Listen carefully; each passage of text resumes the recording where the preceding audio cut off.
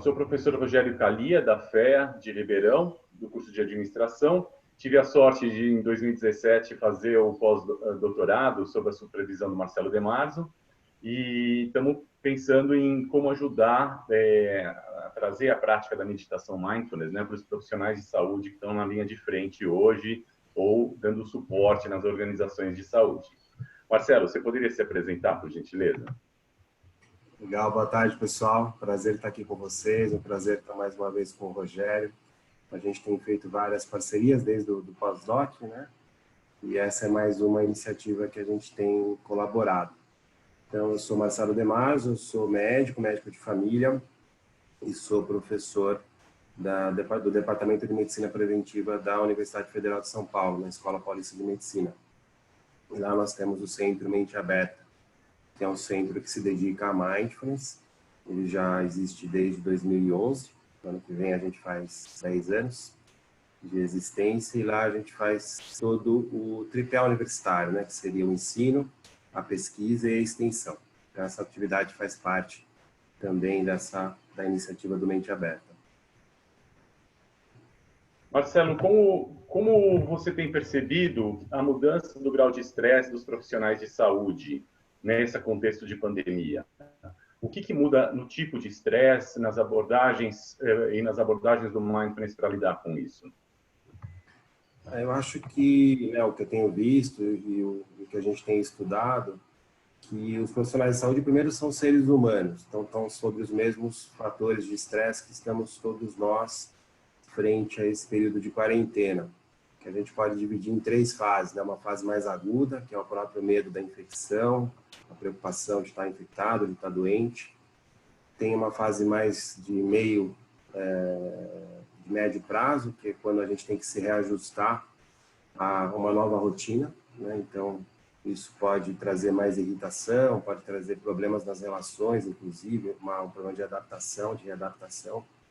E tem os potenciais efeitos de longo prazo que virão, provavelmente, né? Que é o aumento da incidência de depressão, risco de suicídio e coisas relacionadas ao que a gente chama de estresse pós-traumático. Então, o profissional de saúde também está vivenciando isso, né? A questão, muitas vezes, de estar trabalhando fora de casa, se expondo ao risco e também tendo que coordenar as coisas dentro de casa.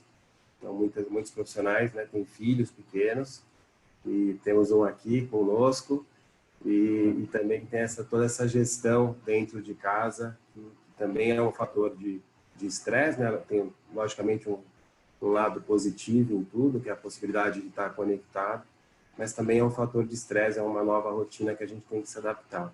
E para quem está na linha de frente, tem toda a questão também, né, do medo, da infecção, do excesso de trabalho, muitas vezes, que tem que estar fazendo outros turnos de trabalho, e o contato direto com o sofrimento. Isso é uma carga de estresse muito grande.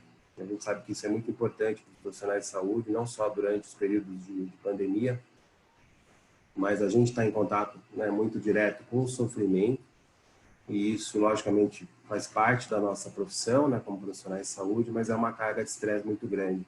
E, às vezes, a gente acaba se contaminando com esse sofrimento, né, que a gente chama, tecnicamente, de fadiga compassiva. Então, tem uma tendência muito grande dos profissionais de saúde se dedicarem mais do que se cuidarem. Então, isso pode gerar um desequilíbrio nessa nessa fase que a gente está vivenciando. Quem está na linha de frente, com certeza está vivenciando isso. Então, a gente já observou, né, sabe que está tendo aumento do sofrimento, da sensação de exaustão, de burnout, e também, infelizmente, casos de suicídio. Então, isso tem acontecido, tem saído na mídia, por toda essa pressão, esse conjunto de pressões. Né? E de que modo o mindfulness pode ajudar os profissionais de saúde sob essa pressão toda? Eu acho que dentro, né, desse período a gente tem falado bastante, né, de ferramentas e recursos, né, pessoais, individuais, para a gente lidar com esse período de estresse. Então são vários desses recursos para a gente poder amenizar esses efeitos de curto, médio e longo prazo, prevenir quadros mais graves, né, no futuro, como o que a gente estava falando, da depressão, do estresse pós-traumático. Então, uma série de ferramentas. Uma delas é mindfulness, mas tem várias outras. A gente tem citado muito atividade física, só para, né, a gente citar outras ferramentas, que não só tem um efeito, né, na saúde física, mas também na saúde mental, bastante conhecido. Então, manter a atividade física é muito importante. Reajustar a rotina, mas ter uma nova rotina, né, que a gente tem brincado muito, que é tirar o pijama. O que isso quer dizer? Separar o horário de trabalho, separar o horário de lazer, horário com a família, para que isso não se misture. Isso é muito mais fácil de acontecer nesse período de quarentena, às vezes a gente fica mais dentro de casa.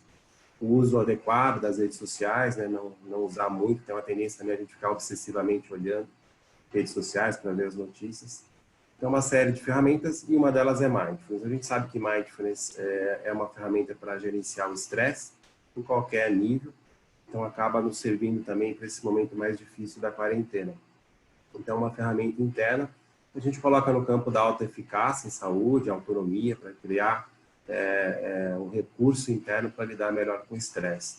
Então, logicamente, tem um contexto, né, que a gente muitas vezes não consegue mudar, e é um contexto que gera sofrimento, como a gente acabou de conversar, mas se eu tiver mais ferramentas internas, como a prática de Mindfulness, eu consigo lidar melhor com isso. Marcelo, existem comprovações científicas da eficácia do Mindfulness em situações da vida do dia a dia antes da pandemia, né? Mas existem comprovações científicas também da eficácia do Mindfulness em situação de estresse tão intenso como esses que você descreveu? Sim, a gente tem, né, não nessa pandemia agora, estão sendo produzidos, inclusive, estudos, né?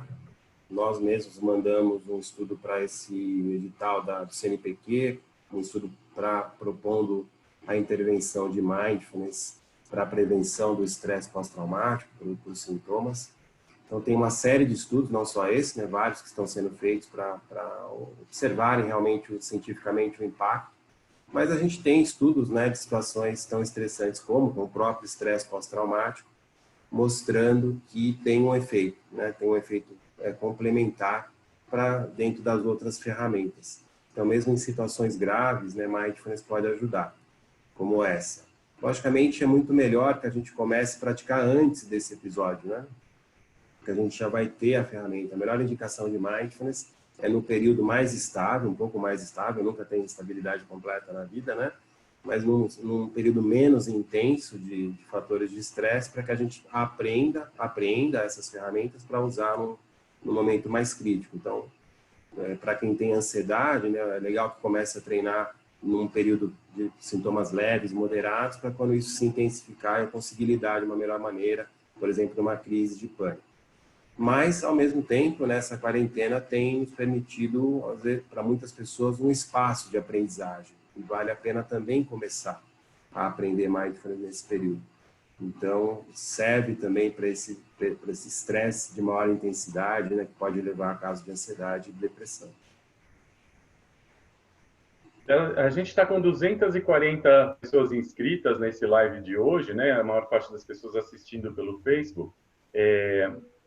E vários deles descreveram, desses inscritos, assim, cerca de 2/3 falam que já praticam meditação, e a maior parte deles estão falando que estão encontrando mais dificuldades para meditar. Qual é uma estratégia? Então, eles estão falando que estão com mais dispersão, muitos pensamentos, etc, etc, né? Qual é uma estratégia de mindfulness que pode ajudar a manter a prática fluindo sob uma pressão tão forte assim? Com certeza, né? A gente fala dos desafios de praticar mindfulness, né? Um grande grupo de desafio que é colocar na agenda. Então, o primeiro desafio, né? Criar uma disciplina para que a gente tenha regularidade. É muito importante para que haja os benefícios de mindfulness que a gente tenha regularidade. Então, talvez esse período possa ser um período que nos permita fazer uma nova rotina, né, e criar essa regularidade. Para algumas pessoas, não. Talvez para quem esteja dentro da linha de frente, né, seja um fator também, um desafio grande.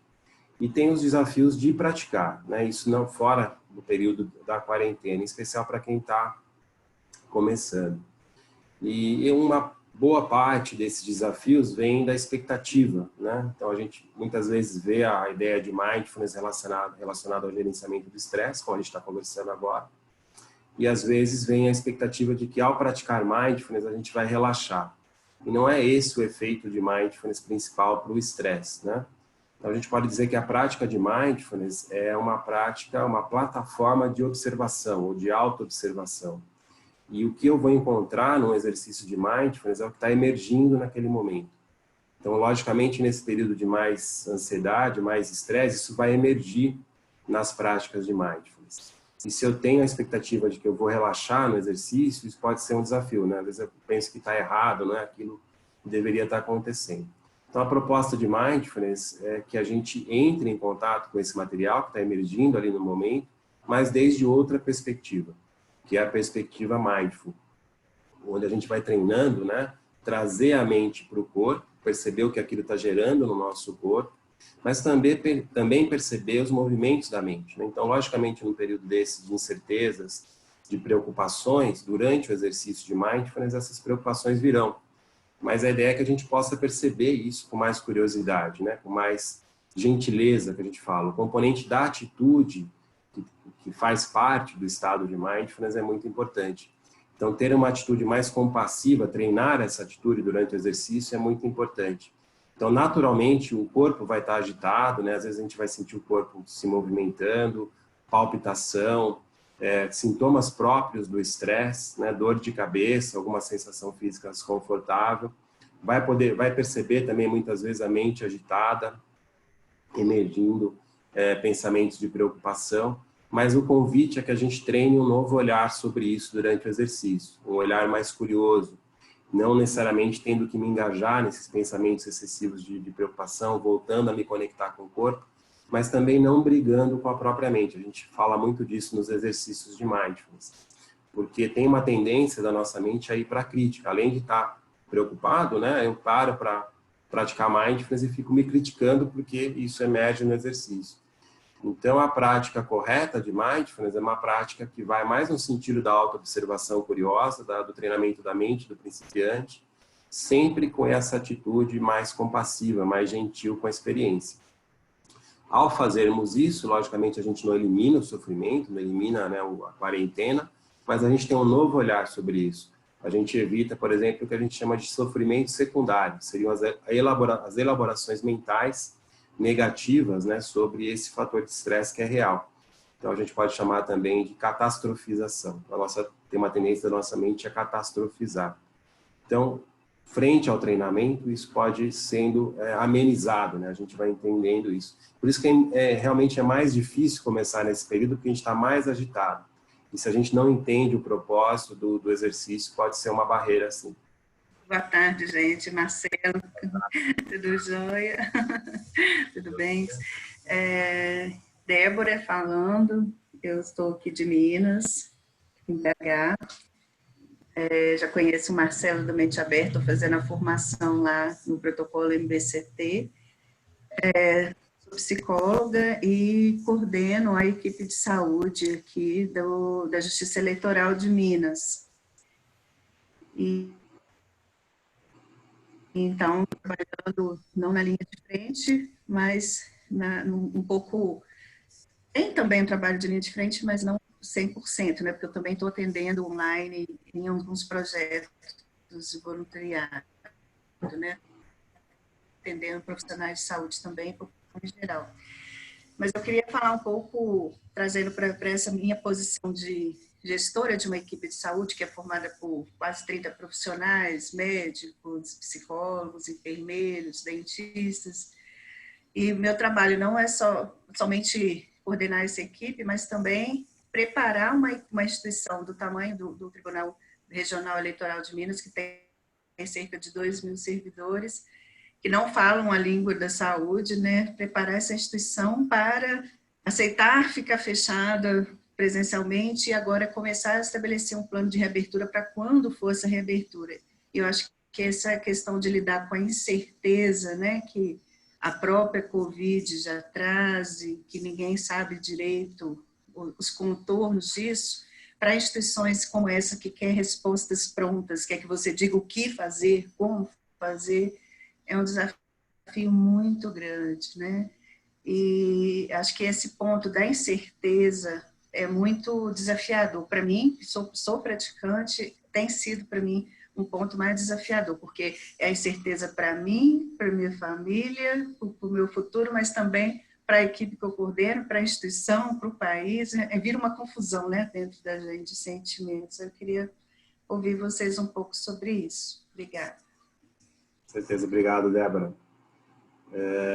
É uma situação, né, que a gente está vivendo um período de incertezas, né, de insegurança muitas vezes, de preocupação, como a gente falou. Isso é natural desse período, infelizmente. Então, a primeira coisa é reconhecer que isso está acontecendo, né? Não adianta a gente fugir disso. Isso a gente pode entrar no conceito de aceitação que a gente usa em Mindfulness, né? Então, o que é o reconhecer, não é passividade, mas reconhecer que tem ali um grau de sofrimento, né, que é próprio da situação.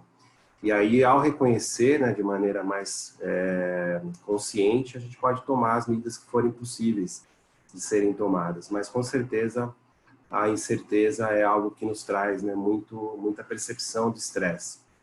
A gente sabe que tem uma relação inversa entre o senso de controle, né, das situações. Então, se eu me sinto mais no controle das situações, na minha família, na minha vida, no trabalho, eu tendo a perceber menos o estresse. Quanto menos eu me sinto, né, no controle, mais eu percebo o estresse, mais a sensação de estresse. Então, realmente, a gente está vivendo um período de maior sensação de não controle, de insegurança, de incertezas, não só em relação, né, à própria saúde, mas em relação à própria rotina do trabalho, ao trabalho, a questões financeiras, a perspectiva de futuro. Então, realmente é um período muito difícil, né, da humanidade. A gente tem que reconhecer isso e tem que tomar medidas que sejam conscientes e efetivas para poder lidar com isso. Obrigado, Débora. Nesse momento de quarentena, de incertezas, de maior sensação de estresse, né, usar o corpo, usar a consciência corporal é muito interessante. Então, eu vou propor uma breve prática de body scan. Para esse exercício, a gente pode fazer sempre na posição que for mais confortável, pode ser deitado, se alguém puder, pode ser sentado, pode ser em pé. A gente só dá uma ajustada no corpo, né? Então não tem necessidade para quem está começando a praticar Mindfulness de nenhuma postura especial, apenas deixar o corpo estável, confortável, ou deitado, ou sentado, ou em pé. Vou convidar também para a gente fechar os olhos, é mais fácil, né? Mais simples, para quem está começando, em especial, a prática de olhos fechados. Se alguém não estiver confortável com os olhos fechados, pode deixá-los entreabertos, numa posição confortável dos olhos. Mas então a gente dá uma ajustada no corpo, pode fechar os olhos, pode verificar se o corpo está cômodo, bem ajustado na cadeira, ou no chão, ou em pé. Lembrando que durante o exercício a gente pode fazer ajustes no corpo, se a gente notar que ele se desestabilizou, perdeu a comodidade. É legal que os pés estejam apoiados, se possível, quem está sentado, as mãos também apoiadas, o pescoço numa posição neutra, deixar o corpo o mais confortável possível, sem precisar forçar a postura.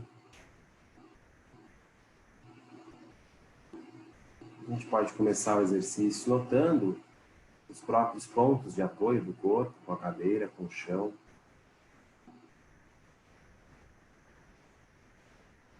Notando também se há alguma sensação física que nos chame a atenção ao longo do corpo.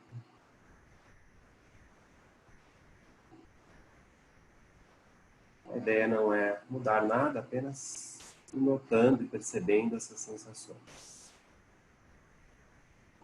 Como se estivéssemos curiosos das próprias sensações no corpo.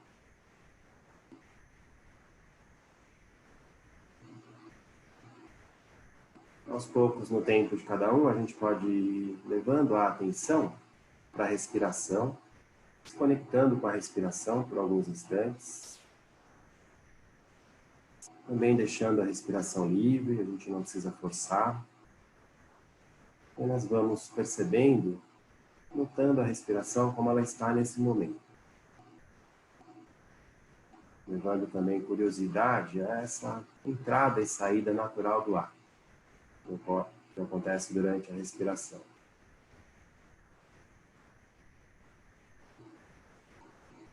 Para algumas pessoas é mais fácil notar por meio dos movimentos,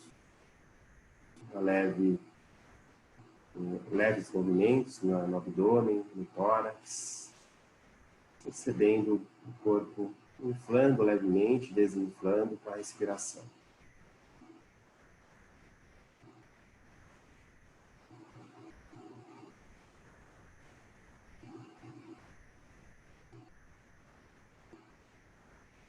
A gente vai experimentar agora levar essa mesma qualidade de atenção para algumas partes do corpo. A gente pode começar com a região das pernas, dando as pernas nesse momento.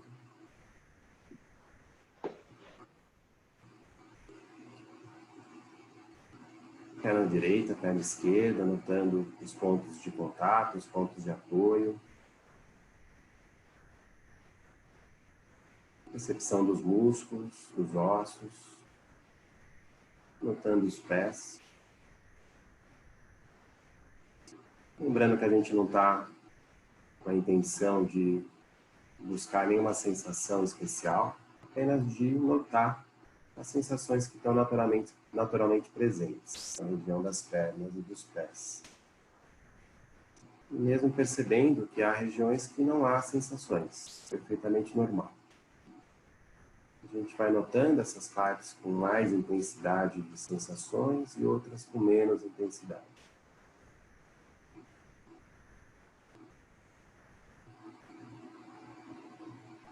Podemos notar a planta dos pés,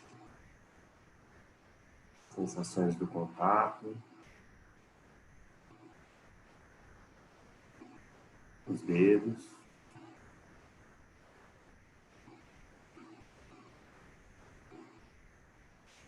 E também é perfeitamente natural que em alguns pontos do exercício a mente se vá para outro lugar. Nos leve para uma memória, para algum planejamento, preocupação, pensamentos, imagens. Isso é da natureza da mente. A gente vai poder perceber esse movimento natural da mente durante o exercício. O convite é que a gente note quando a mente se dispersou e pouco a pouco, com gentileza, com naturalidade, vamos trazendo a mente de volta para o corpo. No tempo de cada um, sem precisar forçar, sem precisar brigar com a própria mente.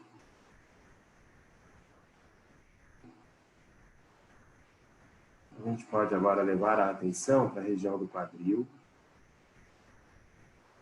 O quadril é um ponto do corpo que nos dá sustentação.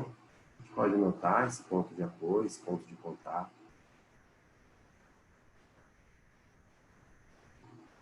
Notar toda a região pélvica.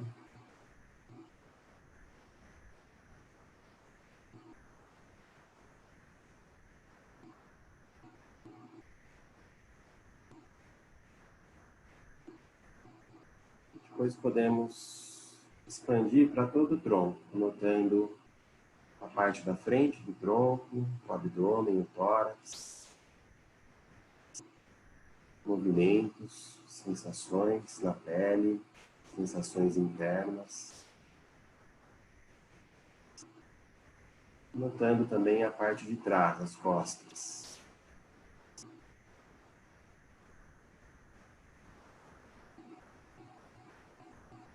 Eventualmente notando algum ponto com alguma tensão, algum desconforto. Se possível também, sem forçar, levando um pouco de curiosidade para esses pontos com algum desconforto.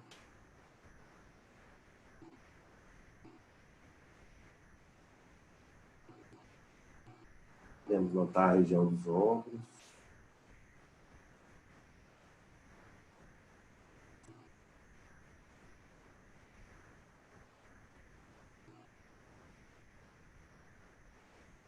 Então, a região dos braços. Notando o peso dos braços, as sensações nas mãos, nas palmas das mãos.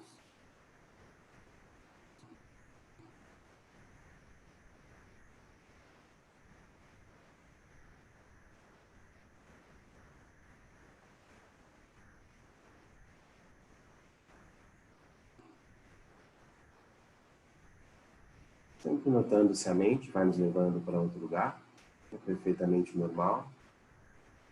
E pouco a pouco eu posso decidir voltar, a me conectar com o corpo. De maneira leve, de maneira gentil.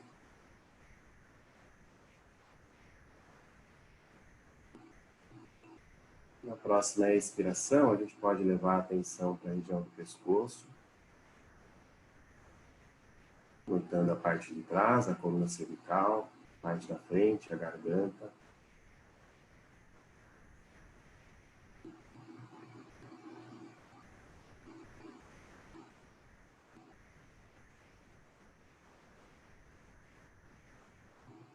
Pouco a pouco também, notando a região da cabeça, começando pelo couro cabeludo, a testa.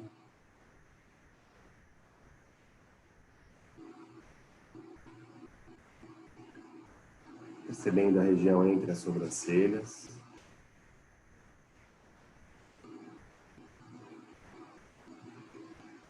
Notando os olhos, o contato entre as pálpebras.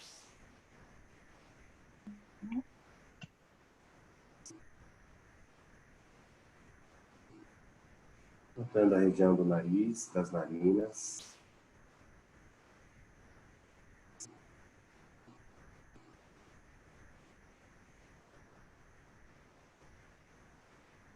Talvez o toque do ar nessa região do corpo.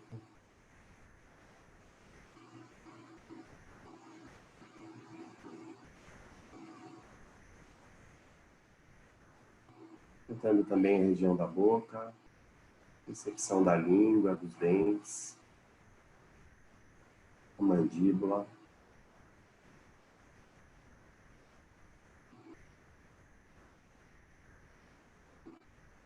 Sempre posso deixar uma leve abertura entre os lábios, relaxando levemente a mandíbula.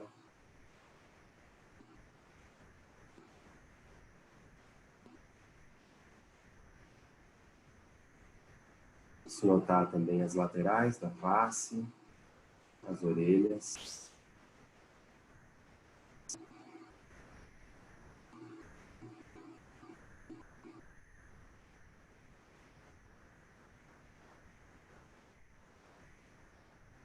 E aos poucos a gente volta a expandir a atenção para incluir o corpo por inteiro.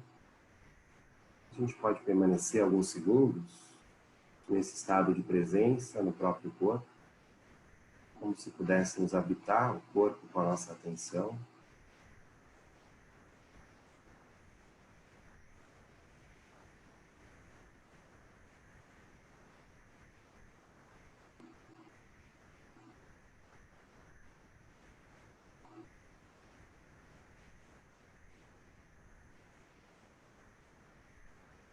A gente vai se preparando para finalizar o exercício, movimentando levemente o corpo, talvez alongando algumas partes e abrindo os olhos quando quiser.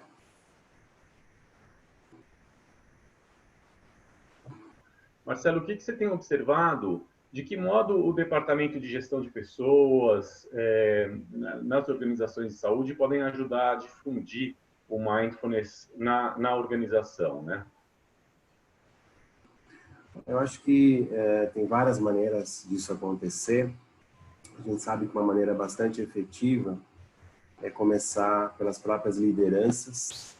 Então, quando as lideranças, os coordenadores conhecem o tema, e sensibilizam, acham que seja algo útil, uma ferramenta útil, isso acaba sendo mais facilmente implementado nas organizações. Então, palestras, né, como essa que a gente está fazendo, uma live, para poder explicar melhor do que se trata, qual que é a função, quais são os benefícios, é uma boa estratégia, né? E começando, em especial, pelas lideranças, pelos gestores. E depois a gente pode começar com treinamentos, pode ser treinamentos curtos, para que as pessoas aprendam técnicas como essa que a gente fez. E tem um estágio, né, mais avançado, que seria deixar a instituição mais mindful, né? Então, criar espaços mais sustentáveis. Algumas empresas já fizeram isso, né? Criaram espaços de prática para que a pessoa possa fazer exercício, criaram espaços nas reuniões de trabalho para que haja pequenos exercícios como esse, lembretes, né? Atividades que façam as pessoas se recordarem da prática de mindfulness, de levar esse estado de mindfulness para o dia a dia. Mas é fundamental, acho que esse ponto dos líderes, né, que os líderes estejam sensibilizados. Perfeito. E em relação, quando a pessoa está sem instrutores ou sem algum apoio na organização, o que ela pode fazer? Quais são os aplicativos ou portais com áudios que ajudam com meditações guiadas que você recomendaria? Tem essa opção, né, bastante grande hoje em dia, tem muitos materiais na internet, não só aplicativos, mas materiais disponíveis na internet, no YouTube, no Spotify, vários desses agregadores. Eles têm playlists, práticas, exercícios, palestras, né? A gente mesmo vai deixar essa conversa gravada para que as pessoas possam acessar. Então, para quem ainda está começando, quer testar, ver do que se trata, esses materiais são muito legais, né? Tem vários aplicativos, tem milhares de aplicativos, na verdade, de mindfulness. Então, tem muito material acessível para quem quiser começar a praticar. Vou dar o exemplo do Mente Aberta. A gente tem uma playlist no Spotify, depois eu posso colocar aqui para todo mundo. E nessa playlist está aberta, tem lá uma série de exercícios simples para quem quiser dar o primeiro passo nas práticas de mindfulness. Assim como a Mente Aberta, vários centros fazem isso também, então facilmente a gente acha no Google. Muitos livros também com áudios, né, podem ser acessados. E tem os aplicativos, já tem alguns aplicativos em português, mas são menos, a grande maioria ainda em inglês. O aplicativo que a gente acaba recomendando sempre é o Headspace, né? Infelizmente ele está em inglês, mas ele é um aplicativo que tem evidência científica por trás dele, ele tem toda uma trajetória para você aprender mindfulness. Uma boa estratégia realmente é buscar esses materiais na internet, né? São um lado muito positivo das tecnologias e da internet em especial, que a gente tem acesso a esses materiais. A Débora está com uma pergunta aqui. Das técnicas de mindfulness, qual você acredita ser a mais indicada para pessoas que nesse momento estão muito ansiosas, muito esgotadas? A gente tem o body scan, é uma prática que muitas pessoas sentem, né? Além da função do treinamento de mindfulness, essa que a gente fez agora, elas sentem como uma prática restauradora. Muitas pessoas usam para dormir, por exemplo, fazem um pouco antes na própria cama, né, deitado, para poder se conectar com o corpo, sair um pouco daquele redemoinho de preocupações. E as práticas em movimento também. A gente não fez, aqui é um pouco mais complexo de fazer as práticas em movimento, mas na internet vocês acham também. Então, o movimento pode ser uma âncora de atenção. E tem um movimento muito comum do dia a dia, que é a caminhada, que a gente pode usar a caminhada, ou mesmo alongamentos, que qualquer um, né, tem a sua sequência própria de alongamentos, trazendo a ideia de mindfulness. A mesma ideia do body scan, né, de se conectar com as sensações do corpo, a gente pode usar isso nas práticas em movimento, durante uma caminhada um pouco mais lenta, para facilitar a percepção do corpo, ou no alongamento que a gente costuma fazer. Então, aí você já mistura, né, duas ferramentas para lidar com esse período mais complicado, que é a atividade física, né, e a própria prática de mindfulness. Tem as práticas de yoga, que naturalmente, né, trazem a questão da atenção plena também, pode ser uma opção. Tem muito material, a gente está mais focado aqui falando em mindfulness, mas tem muito material de yoga, né, na internet, pode ser uma alternativa também, feita com atenção plena, é uma prática de mindfulness. Tem algumas perguntas aqui. Então, níveis, relação entre mindfulness e níveis de cortisol no corpo. Se as práticas de autocompaixão são indicadas nesse período. Se há alguma restrição da prática para profissionais de saúde que estejam no grau elevado de estresse. Então, a gente poderia, talvez, abordar essas perguntas. O que você acha, Rogério? Perfeito, perfeito. Então, a questão do cortisol, né? O cortisol é um hormônio relacionado ao estresse. Existem vários estudos mostrando, né, que a prática regular de mindfulness pode alterar a taxa, né, de liberação do cortisol. O cortisol está relacionado ao estresse, mas ele não é negativo necessariamente, né? Então, a gente tem um ciclo, que a gente fala de cronobiológico, né, que vai variando ao longo do dia. Quando a gente tem mais na parte de vigília, onde a gente está acordado, tem uma maior produção de cortisol, e quando a gente vai dormir, essa produção cai. E muitas vezes, nos períodos de estresse elevado, esse ciclo acaba se alterando.